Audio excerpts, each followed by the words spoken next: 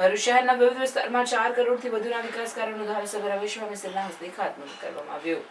આ પ્રસંગે નગરપાલિકા પ્રમુખ વિભૂતિબેન યાદવ પણ ઉપસ્થિત રહ્યા હતા। ખાતમુહૂર્ત કરવામાં આવેલ મુખ્ય કામોમાં પાંચબત્તી સર્કલથી જંબુસર બાયપાસ ચોકડી અને મોહમ્મદપુરા સર્કલથી બંબાખાના સર્કલ સુધી ડામર રોડનું નિર્માણ, પેવર બ્લોકની સ્થાપના, રિટેનિંગ વોલ બનાવવાની કામગીરી તેમજ બી ડિવિઝન વિસ્તાર નજીક નાળાનું બાંધકામનો સમાવેશ થાય છે।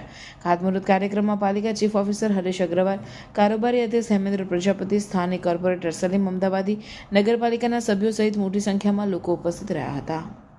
મોહમ્મદપુરા થી લીમડી ચોક જતા વચ્ચે પ્રોટેક્શન વોલ, રિટેન વોલ બનાવવાની છે, એ કામનો સમાવેશ કરવામાં આવ્યો છે।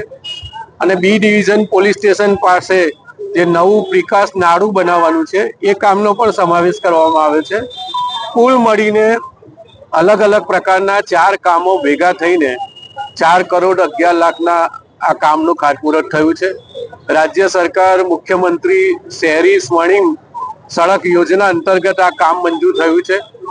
આ પ્રકારનું બીજું કામ ભરૂચમાં રેલવે સ્ટેશનથી જૂની આરટીઓ ઓફિસ સુધીનું પણ આ જ પ્રકારના મોટા ટેન્ડરથી કામનું આયોજન અત્યારે પ્રક્રિયામાં છે।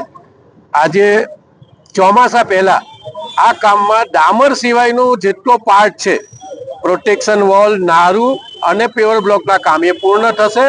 અને વરસાદની સિઝનને ધ્યાનમાં રાખીને જરૂર લાગશે તો ડામરનું જે કામ છે એ ચોમાસા પછી પણ કદાચ હાથ ધરીશું।